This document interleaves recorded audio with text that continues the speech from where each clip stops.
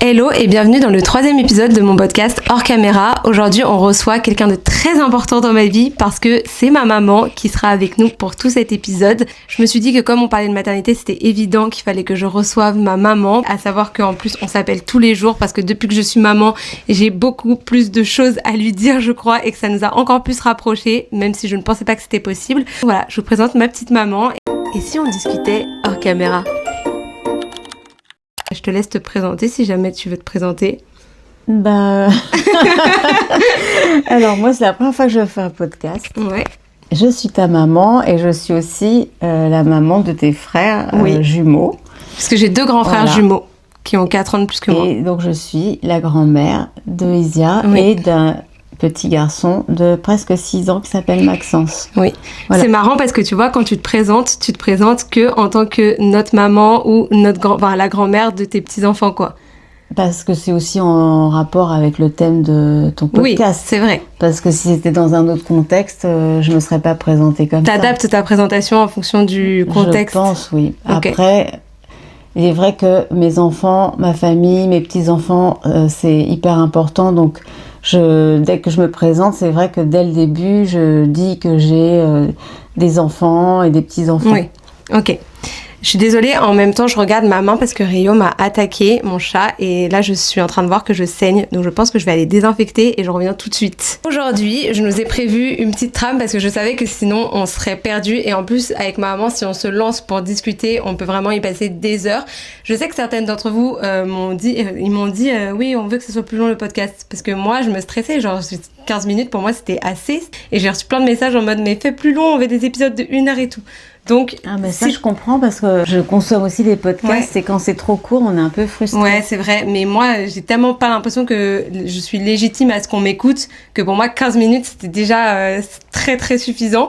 Mais donc, comme on nous a demandé plus long, si jamais tu veux t'étaler sur les sujets, n'hésite pas. Aujourd'hui, on va du coup faire des petits jeux, comparer nos 2 expériences, peut-être se dire des choses qu'on s'est jamais dites parce que j'ai appris il y a pas longtemps certaines choses sur moi bébé, sur toi ton rapport à la maternité que je savais pas avant d'être maman. Donc on va continuer dans cette voie-là et vous nous avez aussi posé des questions sur ma story que j'ai mis au dernier moment parce qu'encore une fois je suis hyper désorganisée donc j'ai mis une story ce matin. Donc on n'a pas 5000 questions mais on en a quelques-unes qui sont très intéressantes. Donc voilà, déjà je voulais te demander maman, il y a plein de questions, je connais déjà les réponses, mais pour nos chers auditeurs, je voulais te demander, c'est quoi ton rapport à la maternité ? Est-ce que toi, t'as toujours voulu être maman ? Parce que moi, comme vous le savez, pour moi, c'était vraiment un truc, c'était l'objectif de ma vie, quoi. Et je voulais savoir, toi, comment c'était ? Je pense qu'on a ça en commun. Moi, j'ai toujours voulu être maman, du plus loin que je me souvienne. Je disais même à mes copines d'école que je voulais des enfants, mais je voulais pas forcément être mariée. Ah. Bon, comme donc, ça... À l'époque, c'était un petit peu étrange d'entendre ça. Donc, c'était vraiment quelque chose que je voulais depuis toujours. Je pense que j'ai toujours grandi avec ça. Et j'ai vraiment concrétisé cette envie d'être maman. Une fois que j'ai terminé mes études, c'était vraiment la condition. Je termine mes études, je trouve un travail et... Ouais. Tu voulais attendre d'avoir une stabilité quand même. Voilà. Ok. Mais donc, j'ai eu tes frères au même âge que toi, tu as eu Isia. Ouais, donc, à 26 ans. Mais dès l'âge de 23-24 ans, j'avais déjà enclenché le projet bébé. Ok. Donc plus tôt que moi quand même. Plus tôt que toi. C'était un âge... ça me paraissait pas ni trop jeune, ni quoi. Oui, t'avais ta situation professionnelle, financière. Oui, en plus j'étais déjà partie de chez mes parents, j'étais déjà autonome depuis l'âge de 19 ans. Donc, ouais. Ok. Dans tous les cas, moi, franchement, j'aurais pu enclencher ça à 22, même dès 20 ans dans ma tête, je me disais c'est bon, là je veux un enfant, mais c'est juste je n'avais pas de situation, j'étais en études, j'avais ma licence à finir, je vivais chez toi, donc j'allais pas lancer un projet bébé. Mais je pense que si j'avais eu mon indépendance financière et fini mes études plus tôt, j'aurais pu carrément même le faire plus tôt parce que c'est vraiment... c'était hyper ancré en moi de mon côté. Je le savais. Moi aussi, en plus, quand t'es avec quelqu'un, tu sais que tu vas faire ta vie avec et que ça te paraît un peu une évidence. Après, chaque situation est vraiment... différentes, le ressenti est différent. Mais pourtant, tu vois, c'est fou parce que moi, c'était hyper ancré, j'attendais ça, je comptais les années avant d'avoir justement cette situation qui me permettait, que je voulais attendre pour enclencher un projet de bébé. Et au final, quand ça m'est arrivé, je n'étais quand même pas prête. Le truc, tu sais, on en parlait au tout début de ma grossesse, mais le truc de quand on a un enfant, bah, c'est ça qui nous donne la force d'être prêt après, enfin de changer de travail si on a besoin de changer de travail, d'avancer et tout. Dans la vie. Et au final, moi, c'est tellement illustré chez nous et je trouve ça marrant parce que j'ai vraiment attendu ce jour où je serais maman et le jour où j'ai su que j'allais être maman, j'étais pas du tout prête à l'être au final. Oui, mais c'est ce que je t'avais dit. J'avais dit un enfant, ça te... Enfin, après, c'est vraiment propre à mon expérience et ça s'est répercuté sur toi, mais peut-être que c'est pas le cas pour tout le monde. Mais toutes tes amies autour de toi, on en a parlé, on a plein de cas. C'est vraiment la force dans laquelle tu puises pour avancer, pour te motiver, pour travailler, pour aller tous les matins travailler. Bon, j'étais en train de regarder un peu les questions que vous nous aviez envoyées et j'essayais d'établir un petit ordre chronologique, mais en fait, je galère. Donc, je vais les prendre dans l'ordre qu'elles viennent et au pire, ça fera juste ouvrir des sujets et des conversations. Donc, j'ai une question pour toi, maman. Donc, du coup, je pense que c'est plus pour ta première grossesse, donc c'est pas moi, puisque je suis pas l'aînée de cette famille. Et surtout que je connais pas les questions, hein. Oui. Donc, j'ai rien préparé, moi. Oui, et c'est une abonnée très fidèle, hein, puisqu'il m'a posé cette question. En combien de temps t'as réussi à tomber enceinte? Est-ce que c'était un parcours compliqué pour toi? Alors, c'est très différent, parce que pour mes aînés, pour mes fils... comme j'ai dit, j'avais enclenché le projet bébé dès 23-24 ans et ça venait pas. Donc j'ai dû commencer un traitement hormonal. C'est assez contraignant parce que c'est des prises d'hormones par piqûre. Ça a duré combien de temps? Je pense que ça a duré parce que déjà on passe par plein d'examens avant de commencer un traitement, de voir vraiment d'où vient le problème, etc. Donc on fait beaucoup d'examens du côté du père et du côté de la mère. Et une fois qu'on a écarté toutes les possibilités, les problèmes d'infertilité, etc., là, on est en contact Enfin, moi, j'étais à l'hôpital suivie pour ça. Et donc, il y a tout un protocole, etc. Ça commence par un traitement hormonal avec des piqûres. Moi qui ai peur des piqûres, je sais tous pas les jours à la toi-même même qui heure. fais les piqûres? Alors, moi, j'étais incapable de le faire. Donc, c'était une infirmière qui venait faire les piqûres. À domicile, mais il faut aussi compter que c'est contraignant parce que quand tu pars en vacances, quand tu pars en week-end, il faut penser à être à l'heure pour faire ta piqûre, etc. Donc je suis tombée enceinte et j'ai fait une fausse couche au bout de 3 mois. Ok.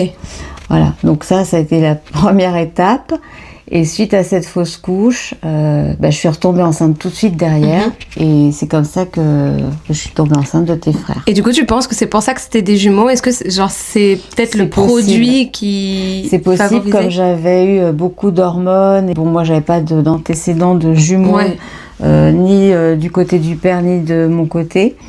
Et je ne regrette pas du tout, mais par contre, j'étais pas du tout préparée.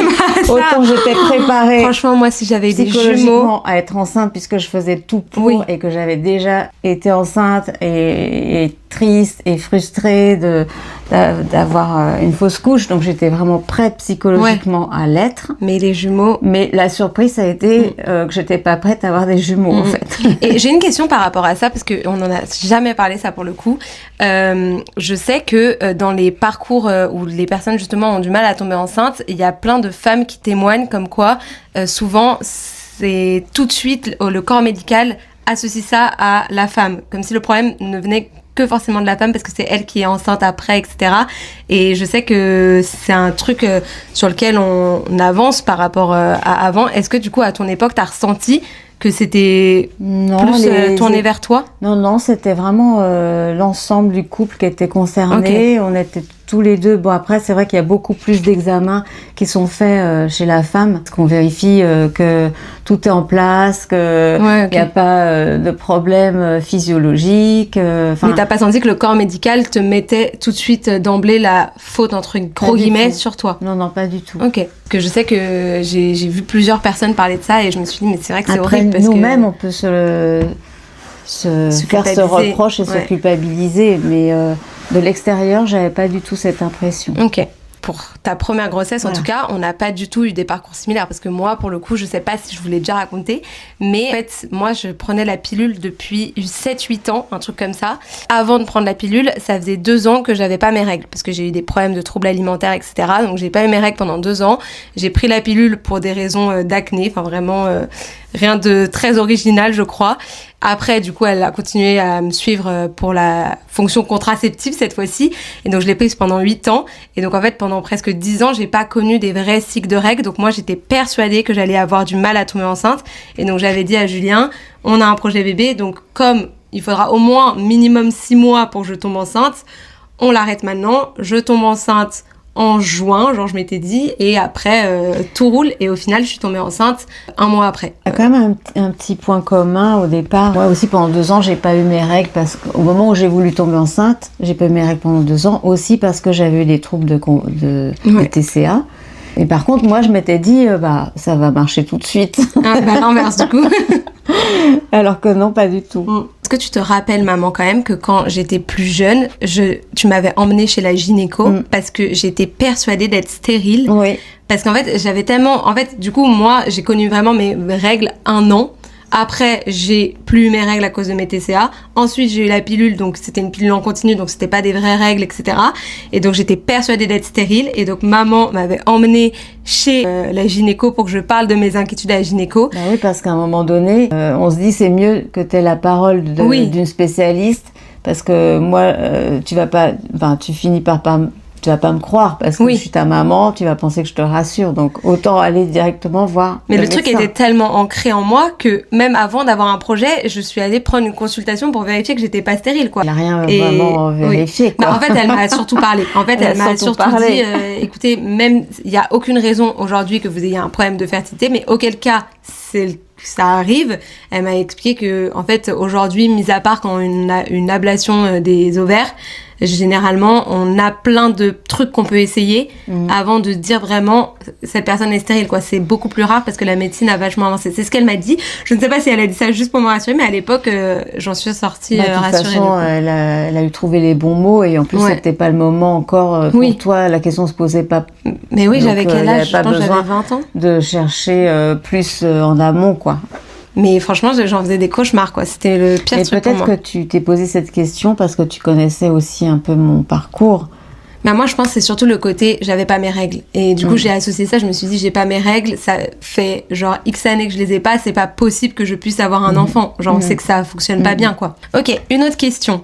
Si vous vouliez du podcast long, en tout cas, on y est là parce que ça fait déjà 15 minutes qu'on parle. Là, on a parlé de ma première grossesse, mais pour toi, c'était pas la question posée. Oui. Parce que pour toi, si tu veux expliquer, mais on a plein d'autres sujets à aborder. Pour toi, ça a marché tout de suite. Ouais. Donc, comme quoi, d'une grossesse à l'autre, ça peut être complètement différent. J'ai une autre abonnée qui m'a demandé si on s'appelait plus souvent depuis l'arrivée du bébé ou bien à la même fréquence. Alors, déjà, moi, je peux commencer par poser le contexte. Déjà, avec ma maman, on s'appelle et on se parle tous les jours. Peut-être, avant, on se parlait tous les jours en message, mais on s'appelait pas tous les jours. Mais c'était genre 1 jour sur 2, c'était pas non plus, on se laissait pas plus de 3 jours sans entendre le son de notre voix. Et par contre, quand j'étais enceinte, toi, tous les jours, tu m'appelais. Oui. Et moi, c'est par contre à partir du moment où j'ai accouché, où là, je me suis mise à l'appeler, mais pas qu'une fois par jour, vraiment tout le temps.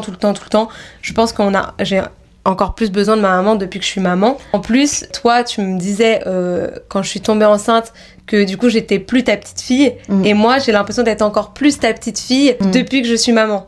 C'est l'inverse, Non, quoi. En fait, t'es toujours ma petite fille. Mais moi, j'ai du mal à réaliser même que t'es maman, en fait. Oui. Bah, j'ai une question comme ça, où il me dit, ça fait quoi de voir sa fille devenir maman? Bah, justement... Ah, je sens que t'es émue, maman. On est pareil. Arrête, on va pleurer toutes les deux. Justement, pour moi, t'es toujours ma petite fille. Et j'ai du mal même à réaliser que t'es maman, en fait. Ça me va bien, quand même. Ah bah oui, c'est vrai. T'es une très jolie maman, t'es une super maman. Mais pour moi, c'est difficile de concevoir comme une autre personne que ma petite fille. Plus difficile que pour mon grand frère? Ouais, c'est un peu différent. C'était aussi particulier pour ton frère quand il est devenu papa, parce qu'il était jeune aussi. Et moi, alors par contre... Et en plus, c'était la première fois que tu devenais grand-mère. Du coup, c'est pas la même chose encore. Et à 50 ans aujourd'hui, être grand-mère, déjà même à mon âge aujourd'hui... Enfin là... pour Isia, je suis la seule, dans mes amis, il n'y a personne qui est grand-mère, donc je me sens un peu en décalage. Ouais. Non, j'étais pas du tout préparée pour ton frère quand il est devenu papa, et Et ça m'a pas fait la même chose, mais moi par contre, en tant que grand-mère, j'ai eu du mal pendant, je pense, 2 ans à dire que j'étais grand-mère. C'est ma question aussi. En fait, Attends, mais je sais pas. En fait, c'est pas. Je savais que j'étais grand-mère, mais j'avais du mal à dire que je suis grand-mère. Ouais, parce que j'ai une question et en plus la question est tellement bien posée parce que c'est vraiment un sujet qu'on a beaucoup abordé. Est-elle heureuse d'être grand-mère à ce moment de sa vie ? Et ça, c'est un truc qu'on a abordé parce que c'est vrai que moi, mon plus grand rêve, là, ce serait parce que pour le contexte, ma maman travaille encore, elle a encore au moins 10 ans de travail devant elle. Et moi, c'est un truc où je me disais, où je me suis rendu compte à partir du moment où j'ai accouché, je me suis dit, mais c'est trop dommage que ma maman soit pas déjà à la retraite parce qu'à ce moment-là, elle aurait pu être encore plus avec nous. Je sais pas, juste le mercredi, quand je garde Isia, elle aurait pu être là à chaque fois. Je me demandais si c'était pas frustrant des fois pour toi d'avoir encore ta vie active et de vouloir en même temps être là de ouf pour tes petits-enfants. On en a parlé ensemble de l'ambivalence de la maternité, mais c'est pareil quand les enfants sont grands en fait. Parce que l'ambivalence, c'est que t'as pris ton indépendance, donc t'étais la dernière à partir, donc j'étais heureuse pour toi, mais en même temps je me retrouvais toute seule, donc c'était un deuil aussi à faire. Et puis là-dessus, t'es maman, donc il y a le deuil de ma petite fille, et en même temps, je prends un nouveau rôle, et en fait, tout se mélange. En fait, c'est... Alors, je suis très contente d'être grand-mère aujourd'hui, parce que je me dis, c'est super, je peux en profiter, je vais en profiter, je vais continuer à être énergique, etc., dynamique et tout. Mais en même temps, c'est frustrant parce que, comme tu dis, j'aimerais passer plus de temps avec elle, avec son cousin, avec mon autre petit... Mais en même temps, c'est contradictoire parce que, justement, plus t'es grand-mère tôt, plus tu passeras du temps avec eux. C'est vrai. Donc, moi, je sais que c'est un des critères pour lesquels je voulais être maman tôt, c'est que je veux être maman tôt pour avoir une chance d'être grand-mère tôt. Non, mais vraiment, moi, je pars trop loin. Mais parce que je me disais, je veux connaître aussi mes petits-enfants. Pour moi, le stade de maman, ça se joue aussi dans le stade de grand-mère après. Ça veut rien dire parce que tes enfants, ça dépend à quel âge ils sont parents. Oui, c'est sûr, aussi. mais j'ai quand même plus de chance en les ayant tôt. En parlant de ça, il y a quelque chose dont on a discuté il y a pas longtemps, c'est que là, t'as ta première copine de ton entourage qui va aussi être grand-mère. Et ça, t'étais trop contente. Ah, j'étais tellement contente, comme si c'était à moi qu'on annonçait Mais en plus, c'est une copine de longue date, quoi. Voilà, parce que c'est une très bonne amie et puis je me sens moins seule, je me sens moins décalée par rapport à mes copines. On était maman en même temps, on a élevé nos enfants en même temps et là j'étais la seule à être grand-mère, du coup je pouvais pas trop partager autour de moi. Et puis même si tu partages, elles peuvent pas vraiment 100% comprendre tant qu'elles l'ont pas vécu, peut-être. C'est ça. Ouais. C'est ça, c'est comme quand t'es maman, que t'es toute seule et que t'as personne dans ton moi, entourage. C'est un peu mon cas. Donc oui, je suis très contente d'être grand-mère, j'allais dire maman. T'es toujours maman. Je suis toujours maman, d'être grand-mère en ce moment. Et comme je disais, c'est un peu ambivalent parce qu'il y a des fois où j'aimerais être beaucoup plus présente. Et après, j'essaye quand même d'être assez présente pour tout le monde. Tu l'es de ouf. J'ai une autre question que j'aime trop, c'est quel conseil tu aurais aimé recevoir en devenant maman ? Genre s'il y avait vraiment un grand conseil. En fait, moi, j'ai reçu le meilleur des conseils de ma maman. Et donc, je pense que c'est celui que je t'ai transmis quand t'es devenue maman. Le meilleur des conseils qu'elle m'a donné, ça a été celui-ci. Elle m'a dit, fais comme tu le sens. De toute façon, tu vas faire mal, tu vas te tromper, il va y avoir des erreurs. Mais c'est pas grave parce que c'est comme ça qu'on apprend. Et ton bébé, il va pas t'en tenir rigueur. Et voilà, et fais comme tu le sens, c'est toi qui sais le mieux ce qui est bon pour ton enfant. Et puis dans tous les cas, je pense que même en se préparant le mieux possible et de la meilleure façon du monde, on fera forcément des erreurs et du coup... Et en plus, moi, comme je te l'ai dit, moi c'était des jumeaux. Alors en plus, tous les conseils on n'avait pas Internet, Instagram, tous ces moyens pour s'informer.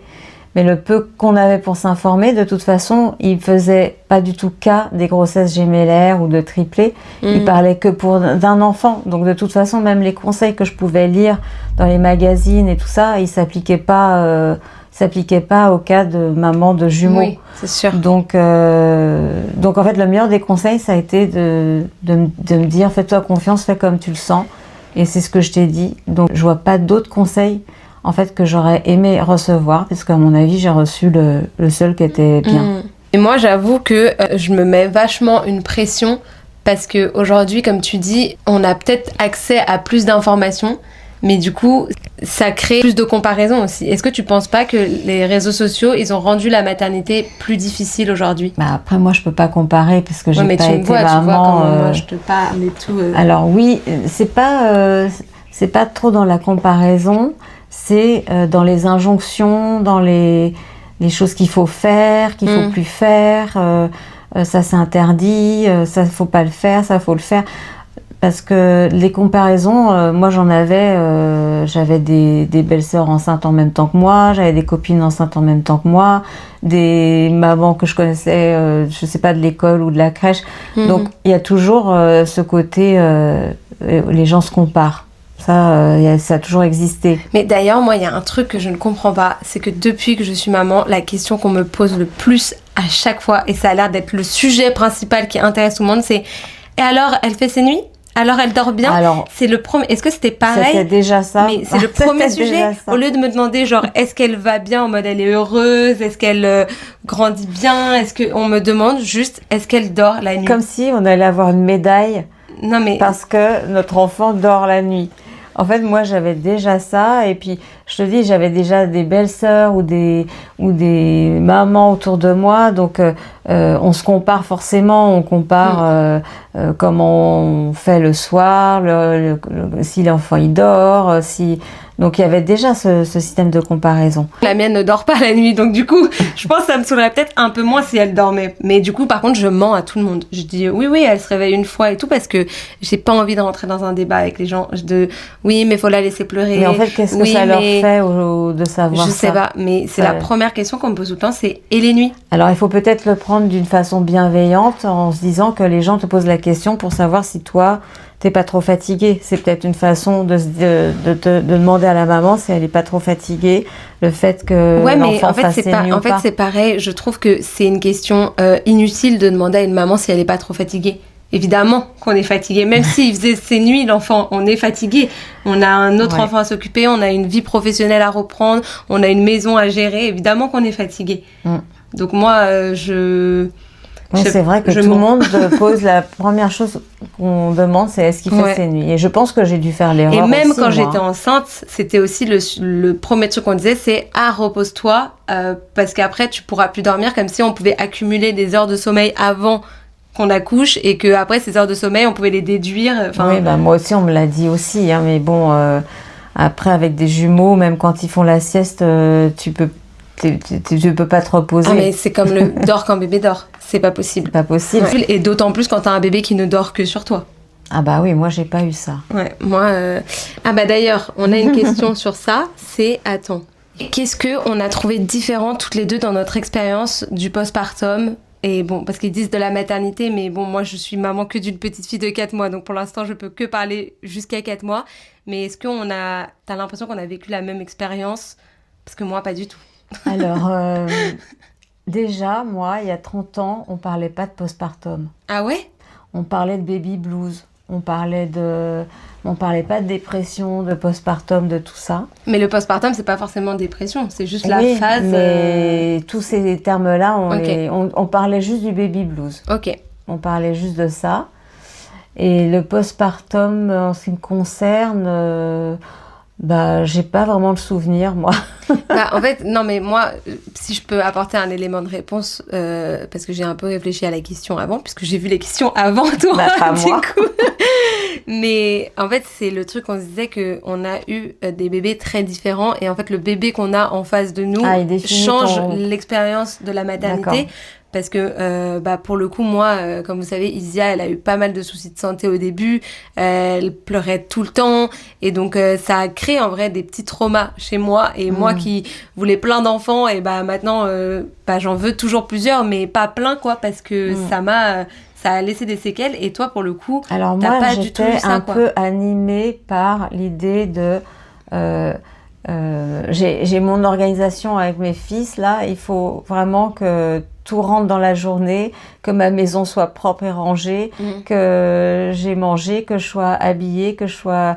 Enfin voilà, je me mettais tellement j'avais tellement d'exigences que j'étais un peu en mode robot, je crois. Oui, mais par exemple, en fait, moi, le truc, c'est que quand j'étais enceinte, le truc qui me revenait le plus dans ma tête, c'est « Ok, je ne sais pas m'occuper d'un enfant. Comment je vais faire, je ne sais pas. » Et maman, tu me disais « Tu verras, un bébé au début, ça mange, ça dort, ça joue un petit peu, tu changes la couche, mais c'est un peu une routine...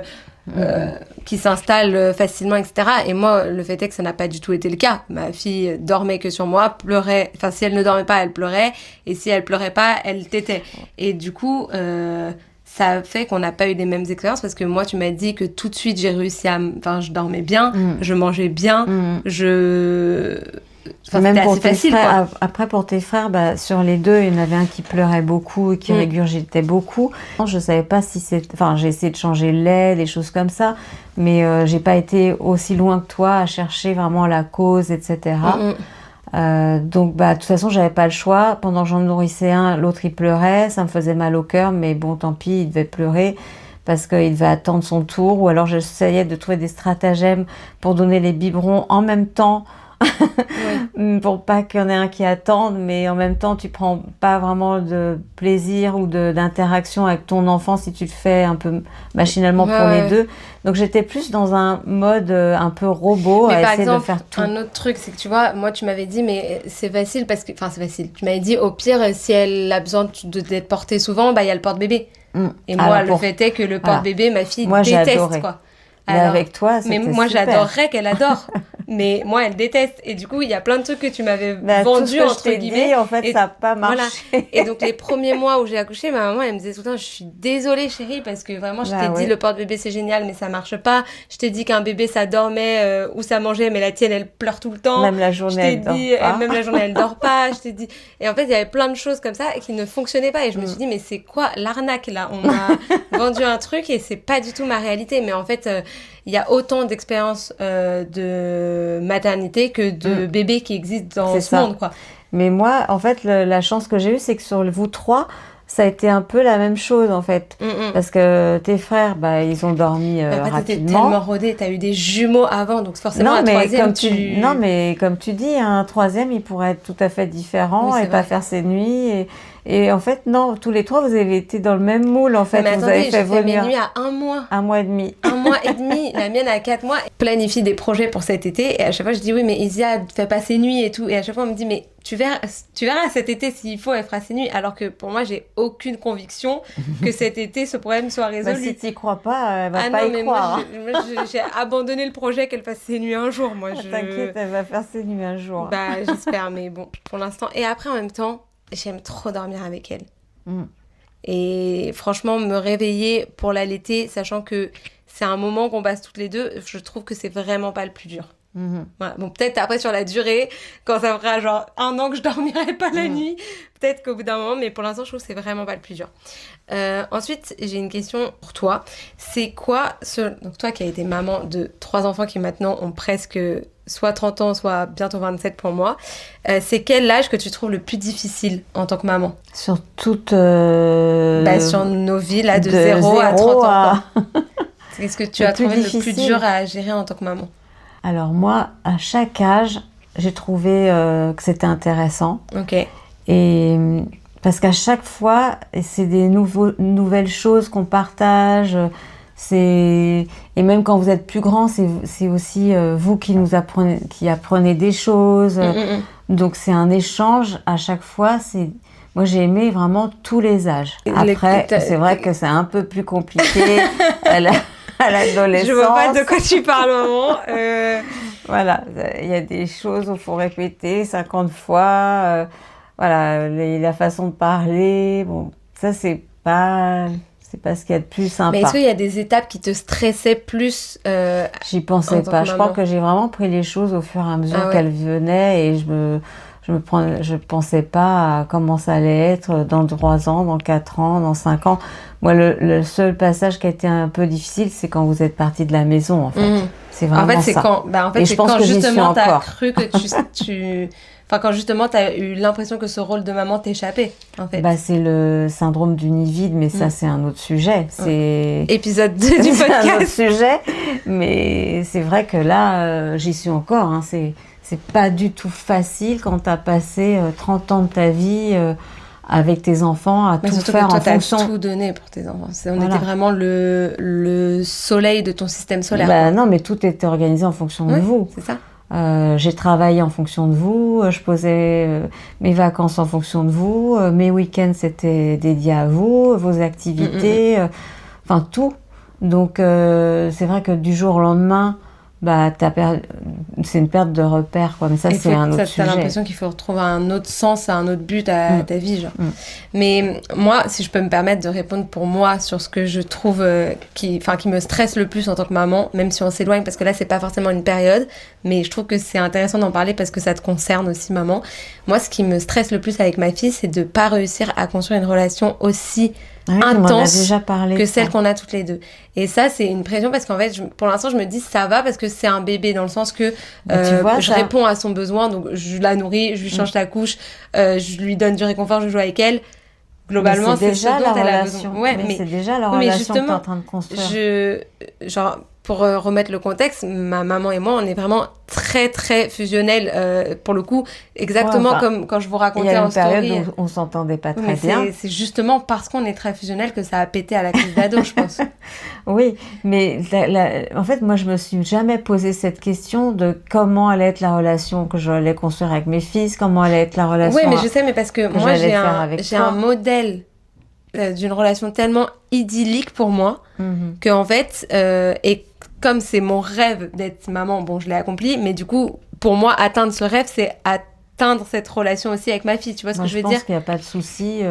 Tu vas avoir une très belle relation avec ta fille. Je vois pas ce qui pourrait empêcher cela. Oui, mais moi, je pense que ce qui a contribué à la construction de notre relation, c'est le contexte dans lequel je suis arrivée, etc. Ça, on l'abordera pas dans ce podcast, mais notre histoire personnelle fait que la relation a été aussi forte entre nous deux. Et Isia, tant mieux pour elle, mais elle arrive dans un contexte plus simple. Et du coup, est-ce qu'il y aura ce côté Bien vraiment sûr. où elle se raccrochera oui. autant, tu vois? Bah oui. Je sais pas. Moi, je pense. Moi, j'ai une relation aussi très proche de ma maman et j'ai grandi dans un contexte familial hyper stable. Oui, c'est vrai. Donc, je pense pas que ça soit lié au contexte. Je pense que la relation, elle se crée dès le début et que Mais tu penses qu'il n'y a rien d'autre à c'est quelque chose faire à qui part se être présent, genre? nourrit, qui se construit, qui se nourrit au fur et à mesure des années. Oui. Mais t'as pas une petite astuce là à me donner pour que je puisse avoir pareil avec ma fille? Bah, soit la maman que tu es, Ok. continue à être la maman que tu es. Et pour l'instant, c'est tu très- trouves que je suis une bonne maman? Ah oui, C'est vrai? oui. Ah, ça me touche! Bah oui. Bah, pour moi, j'ai Bah, l'impression les d'être premiers- dépassée partout. Hein. Non, mais ça, c'est normal. Oui, c'est vrai, mais bon. Tout le temps, on a l'impression d'être dépassé, d'avoir 1000 choses en tête. Mais regarde comment tu as géré les premiers mois de sa vie, l'allaitement. Enfin, moi, je voulais pas allaiter de toute façon, mais en plus de ça, je pense que je m'en sentais pas Mais t'avais des capable. jumeaux déjà. C'est Mais même pas... Moi, avec j'aurais toi, pas j'ai allaité pas des eu jumeaux, envie je pense. d'allaiter. Mais parce que c'est ce que tu je connaissais t'admire après. parce que franchement, c'est un don de soi, c'est quelque chose quand même qui est prenant, quoi. Mais moi, tu vois, c'est à l'inverse. J'aurais très peur de ne pas allaiter parce que c'est ce que je connais, c'est ma... Maintenant, j'ai appris à être maman en allaitant. Donc, je sais que, par exemple, demain, ma fille, j'arrive pas à l'endormir. Hop, je la mets au sein, elle s'endort. Et du coup, si j'ai plus ce truc à disposition, je saurais même pas comment faire. Donc, Moi, j'admire, moi, les mamans qui n'allaitent pas. La seule peur que j'avais, c'est quand j'ai appris que j'attendais une fille pour toi. Ouais. Et comme j'avais eu que des garçons avant, enfin, Ah ouais, je vois. c'est complètement idiot de penser ça, mais je sais pas, des fois on a des pensées un peu stupides, je sais pas. Mais tu me l'avais dit, Je je me crois. suis dit, mais je serais jamais une bonne maman de fille, en fait. Je connais que le fait d'être maman de Mais garçon. tu sais, quand tu Et m'en je avais saurais parlé... pas faire avec une fille, je me suis Mais dit. tu sais, quand est-ce que tu m'en as parlé? Tu m'en as parlé parce que moi, avant d'être enceinte, j'avais eu la discussion avec Julien parce que j'ai un neveu, donc un garçon, et je pense être une bonne tata. Enfin, je suis très investie en tant que tata, j'ai tout fait pour qu'il kiffe sa tata et tout. Ça, c'est vrai. Mais du coup, Mais du coup, je me suis dit à un moment donné, mais moi, je pourrais être mère que d'un garçon parce que c'est ce que je connais, entre guillemets, avec mon neveu. Et je me rappelle, je t'en avais parlé et tu m'avais raconté justement cette histoire. Ouais. Et au final, pas du tout. Et au final, j'ai été une maman pour toi. Enfin, je pense pas qu'il y ait des mamans de filles et des mamans de garçons. C'est quand même ridicule. On va passer à encore 2 questions, je pense. Et en fait, c'est fou parce que j'avais préparé plein de trucs pour ce podcast, mais au final, on a fait que les questions de mes abonnés parce que on divague et du coup... Parce qu'on est trop bavarde. Voilà. Donc, il y aura un 2e épisode sur ce que j'avais préparé. Mais oui, tu voulais revenir sur un truc. Je voulais dire que c'était complètement idiot et qu'on n'est pas une mère de garçon, une mère de fille, quoi. Oui. C'est juste, on est une maman pour son enfant, point. Oui. Mais je sais, voilà, c'était la seule peur que j'avais. Mais parfois, quand on a des peurs irrationnelles, quand on est maman. Regarde, moi, j'étais persuadée d'être stérile alors que j'avais 18 ans. Donc, Mais j'avais une autre peur quand j'étais enceinte de tes frères. Je disais que sur les 2, il y en aurait forcément un qui aura un problème. C'était pas possible d'avoir 2 bébés qui naîtraient en bonne santé. Que mes 2 frères donc sont parfaits. J'avais vraiment une peur de ça. J'ai une autre question, c'est pour moi. Du coup, est-ce que je t'avais parlé de mon projet bébé avant d'être enceinte ?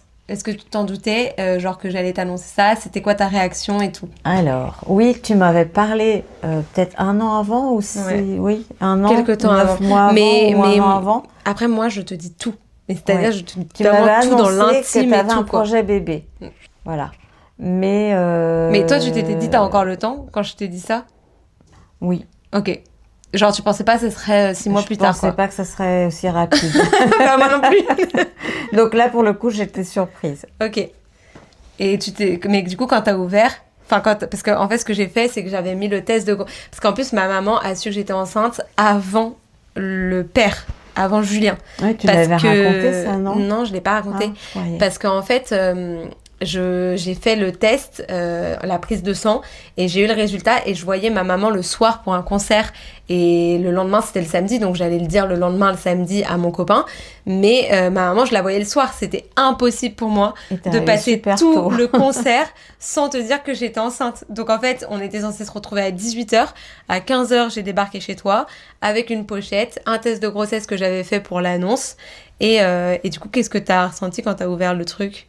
Bah, j'étais surprise, j'y croyais pas, j'étais contente, j'étais émue, j'ai pleuré, j'ai crié, on a pleuré toute la soirée. Ouais. Ah ouais, toute la soirée après mon concert, on a fait que pleurer.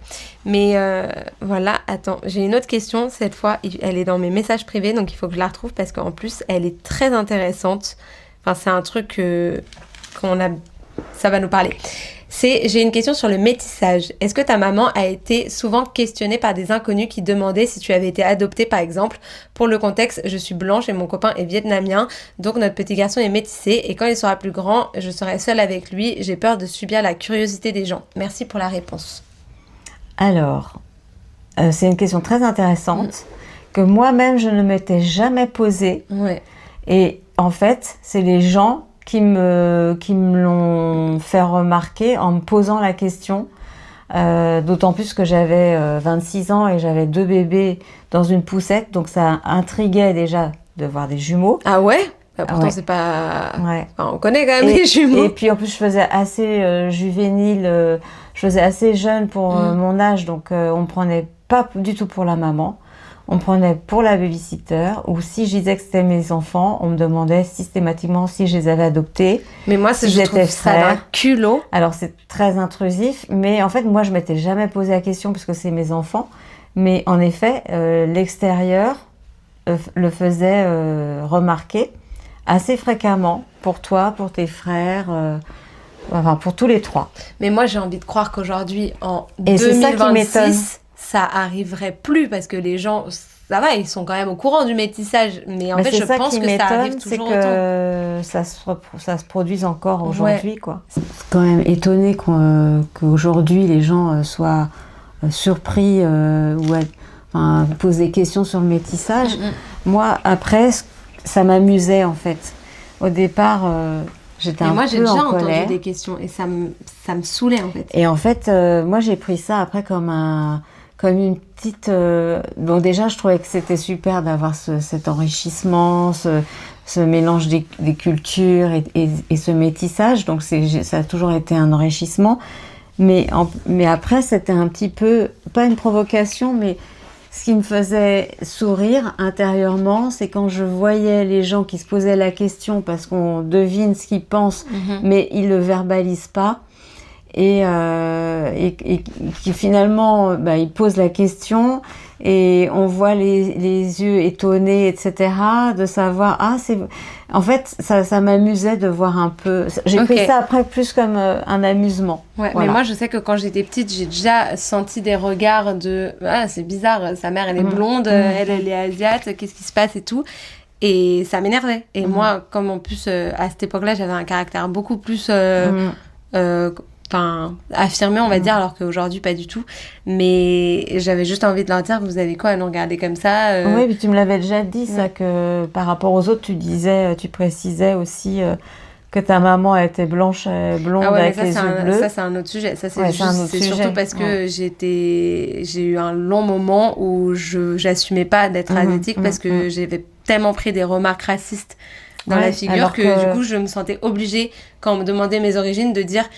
mon père il est chinois mais ma mère tu vois mais vous inquiétez pas parce que ma mère elle est blonde aux yeux bleus et tout donc c'est quoi. Quand j'étais petite c'était ça. Alors que moi j'étais hyper fière de votre métissage et je vous l'ai toujours transmis ça. J'ai toujours mis en avant mais d'ailleurs moi c'est une question que je me suis posée pour Isia il y a pas longtemps parce que du coup Isia est quarteronne, elle a un quart chinois donc ça commence quand même à s'estomper on va dire. Mais pour moi, c'est quand même hyper important parce qu'au final, quand j'étais ado, donc j'avais peur je n'assumais pas cette partie asiatique chez moi. Et en grandissant, finalement, j'en suis hyper fière. Et du coup, pour moi, c'est hyper important de la transmettre à ma fille. Mais c'est bête. J'ai dit à Julien la dernière fois, oui, mais en fait, comme elle est blonde là, aux yeux bleus, en fait, ça n'a pas d'intérêt, limite, je trouvais ça... Et Julien m'a dit, mais on s'en fiche. Enfin, bien sûr qu'on pourra l'emmener dans des restos et lui faire découvrir la culture et ses origines, et lui montrer des films et tout ça, mais... C'est son grand-père, Non, mais c'est complètement irrationnel, ce que je lui ai dit. Mais c'est vrai que d'un coup, je me suis dit, attends, mais là, ça s'est effacé. Au point que je voulais même vous donner un prénom chinois. Moi, je voulais lui donner, mais elle en a déjà tellement 50. J'étais très fière de ce métissage. Et voilà, après, c'est sûr que si les gens étaient... racistes ou avaient des réactions envers vous là parce que maman là elle est toute gentille, elle est toute timide devant la caméra mais c'est une maman lionne quoi. Il faut pas toucher un cheveu de mes enfants là. Moi je suis pareil que toi. En tout cas je pense que t'as le bon point de vue limite de prendre ça à la rigolade parce que malheureusement ça sert à rien de rentrer dans des débats, c'est de l'énergie que faut qu'on s'économise en tant que maman quoi. On va terminer en se posant chacune une question qu'on a préparée pour l'autre. Et je pense que du coup on fera bien un deuxième épisode parce que j'ai plein d'autres questions que vous nous avez envoyées. J'avais préparé moi des petits jeux et des questions et tout pour ma maman mais du coup on n'a pas pu les faire. Donc si jamais vous avez aimé cet épisode on en fera un deuxième. Et du coup tu peux commencer à me poser ta question si tu veux. Ah c'est moi qui commence. Parce que c'est moi qui ai posé toutes les questions là pendant 1 heure. En fait c'était pas du tout préparé donc il a fallu que je réfléchisse vite à une question. On t'en pas si c'est pas terrible. Justement, qu'est-ce que tu aurais attendu de moi au moment où tu es devenue maman ou au moment où Isia est née que je n'ai pas fait ou que j'ai pas réussi à... La question tu m'as dit ma question est beaucoup plus légère. Moi, je voulais terminer sur une note drôle pour moi, enfin pour toi. Ça peut être quelque chose de drôle. Oui, attends, je réfléchis. C'est pas quelque chose que tu t'attendais pas à ce que je fasse ou que je ne fasse pas alors. Parce qu'un truc que t'as pas fait, c'est poser ta démission pour devenir la nounou à temps plein de Isia. Ça, je suis un peu choquée que tu ne l'aies pas fait, mais bon, ça, soit. C'est vrai que tu me l'as demandé. Mais franchement, moi, je n'attends qu'une chose, c'est de gagner suffisamment ma vie pour pouvoir t'embaucher en tant que nounou à plein temps, quoi.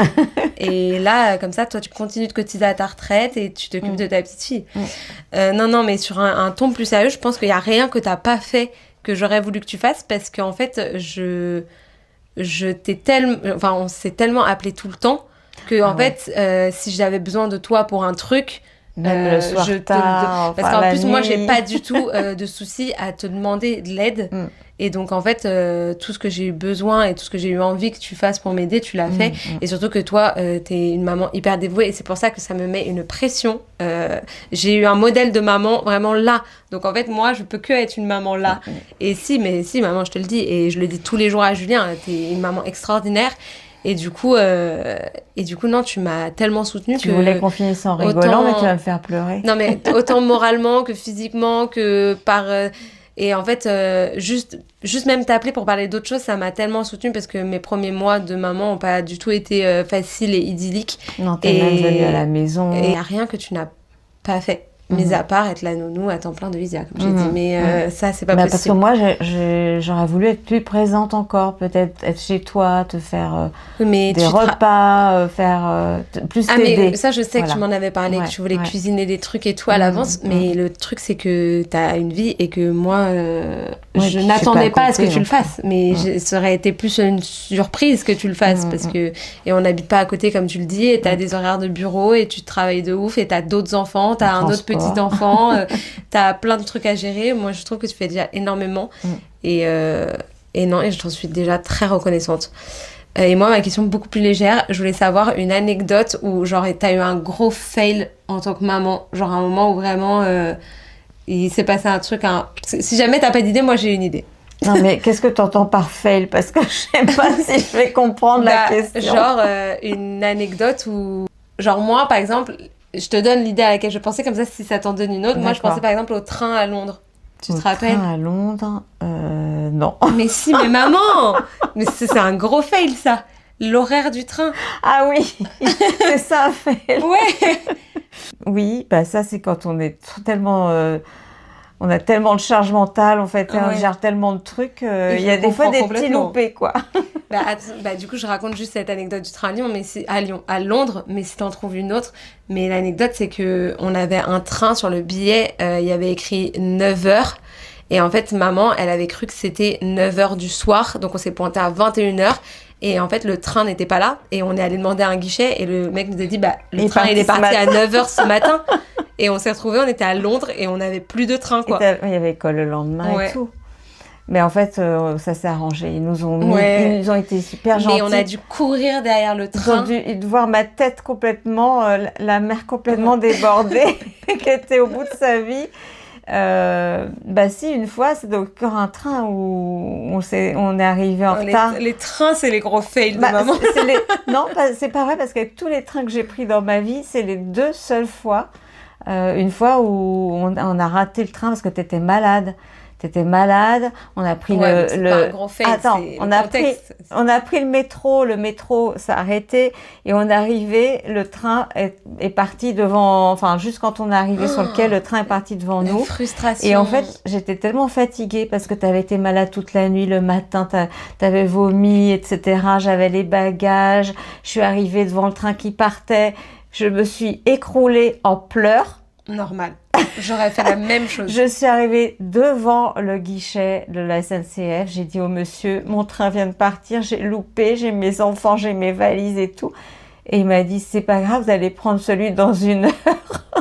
Mais le truc, maman, c'est que je trouve quand même qu'il y a eu que ces 2 fails de train, alors que tu étais une maman seule avec 3 enfants. Je pense quand même que globalement, il n'y a pas eu ça. Je pense qu'il y a dû en avoir d'autres. Ah ouais. Ah si, j'en ai un autre. Attends. Je sais pas si ça te concerne toi, je crois que ça concerne plus tes frères. Ah, c'est pas drôle. Mes abonnés, ils veulent des trucs sur moi. Bah oui, mais je suis maman de 3. Mais moi, je suis une influenceuse, donc ça veut dire que je suis narcissique, maman. Bon, je les ai envoyés, bien sûr. je les ai envoyés faire leur rentrée, je sais plus, c'était au collège, donc je sais plus, c'était la 5e, la 4e, enfin je sais plus quelle classe. Un jour avant le jour de la rentrée. Ah, je crois que t'allais dire dans le mauvais collège. Là, ça aurait été vraiment... Je leur disais de vérifier la date de la rentrée parce que c'est vrai qu'au collège, des fois, c'est pas les mêmes dates en fonction des classes. Ils m'ont dit qu'ils avaient vérifié. En fait, ils n'avaient pas vérifié. Moi, j'entendais tout le monde qui disait que c'était la rentrée, genre le 3 septembre. Alors, je les ai envoyés et en fait, ils sont arrivés et c'était la rentrée le lendemain. Donc, ils ont fait une fausse rentrée. Oh, les pauvres! Ils se sont levés 2 fois à 6h du mat et tout. Ils avaient préparé leurs affaires et tout. Et voilà, je pense que ça, c'en est un quand même. C'est un bon fail de maman. Mais on te pardonne. Parce qu'encore une fois... Je sais pas si eux m'ont pardonné. Mais si, je suis sûre qu'ils s'en rappellent même pas. Maintenant qu'il y en a un qui est papa, je pense qu'il peut comprendre. On pardonne tout quand on devient parent à son tour, je crois, parce qu'on comprend vraiment beaucoup plus de choses. On vient de penser à une autre anecdote en off, du coup, dernière anecdote concerne qu'on toi, raconte. Parce que comme là, ça concernait tes frères. Vas-y, on t'écoute, maman. Ah oui, j'avais pris une semaine de vacances au Club Med en Italie. Et je me suis dit, bon, les garçons, ils étaient plus grands, donc eux, ils étaient très contents avec leurs copains, ils faisaient leur vie et tout. Et toi, t'étais tout le temps scotché à moi, mais à un moment donné, je me suis dit, je vais quand même m'autoriser un petit cours de gym aquatique. Sacrilège, déjà. Donc, je rigole. Hein. Donc, c'était vraiment au bord, le transat était vraiment au bord de la piscine, donc je te voyais en même temps. J'étais dans l'eau, mais t'étais vraiment à côté. Enfin, je te voyais assis sur le transat, juste en face de moi, donc il y avait vraiment aucun risque. Et donc, je commence un peu le cours et tout. Et tu t'es installé au bord de la piscine en hurlant, mais en hurlant, en pleurant. C'était la fin du monde. Et moi, j'essayais de continuer à faire mon cours d'aquagym, mais bon, j'étais à côté. Comment tu restes concentrée dans ces conditions? J'essayais d'avoir un petit peu de temps pour moi. Et on lève les jambes. Je me suis dit, je vais avoir un petit peu de temps pour moi. Et en fait, tu hurlais. Il y a une dame qui est venue, qui a cru que tu étais perdue, que tu étais abandonnée. Et en fait, j'étais abandonnée. J'ai dit, je suis là, je suis sa maman, je suis juste à côté. En fait, t'étais à 1 mètre, quoi. Même pas. Il y avait le bord de la piscine, j'étais au bord, dans l'eau, et toi, tu étais assise sur le rebord. Une petite peur de l'abandon pas réglée du côté et tu hurlais, comme si je t'avais abandonné. Parce que quand j'étais petite, j'étais hyper collée à toi. C'est ce que je disais. Mais ça, c'est de par notre histoire personnelle à toutes les deux. Mais moi, je me rappelle, même quand on en parlait la dernière fois, quand un jour, j'ai eu un examen médical à faire à l'école primaire ou maternelle. Et du coup, les parents, il fallait qu'ils viennent ce jour-là. Et il y avait le médecin de l'école. Je sais pas comment ça se fait qu'il y avait un médecin à l'école. Ouais. Mais du coup, t'étais venue juste pour le rendez-vous. Et après, t'étais repartie. Et moi, je me revois de l'autre côté de la grille, en train de secouer la grille et de dire « Maman, reviens !» et tout. Et ma copine de l'époque me disait « Mais ta maman, tu la revois dans 1 heure, Garance ?» Parce qu'il était genre 15h et que l'école était bientôt finie. Et moi, je me rappelle encore de ce sentiment. J'avais l'impression que je te reverrais plus jamais de ma vie, quoi. C'est un traumatisme. Non, mais vraiment. Donc, surtout que tu t'en souviens encore. Mais je m'en souviens encore alors que j'étais en maternelle et je me revois en train de secouer la grille et d'hurler. Enfin bref. En tout cas, c'est tout pour cet épisode. J'espère que ça t'a plu de faire cet épisode. Bah oui, finalement, je suis contente. Ça m'a plu. C'est un échange et puis ça nous fera un souvenir. Oui. Est-ce que tu vas le réécouter? Alors, si j'arrive à à faire abstraction de ma voix, alors que je suis sûre que ta voix elle est très bien. Je n'aime pas du tout m'entendre. Je comprends. C'est difficile au début. Moi, je m'entends tellement tout le temps maintenant que mais toi, tu fais je suis habituée. Tout le temps. Mais je comprends. En tout cas, j'espère que ça vous a plu. Si jamais vous aimez le podcast, n'hésitez pas à vous abonner parce qu'on peut s'abonner sur Spotify, Apple et tout ça. Et sur YouTube, à nous mettre un petit commentaire ou à m'envoyer un petit message sur Instagram si vous avez écouté jusque-là. Parce qu'on serait trop contente d'avoir vos retours avec ma petite maman d'amour. Et on fera la deuxième partie. On fera la deuxième partie parce qu'on a trop de choses à dire encore. Et... Bah oui, mais comme tu l'as préparée en plus. Bah oui, je l'ai préparée et hier, je me suis speedée pour la préparer en plus, mais c'est pas grave. Et c'est tout pour cet épisode de Hors Caméra. Je vous fais des bisous et à bientôt. Bisous. Au revoir. Ah, j'attendais que tu fasses un petit bisou aussi. Bisous.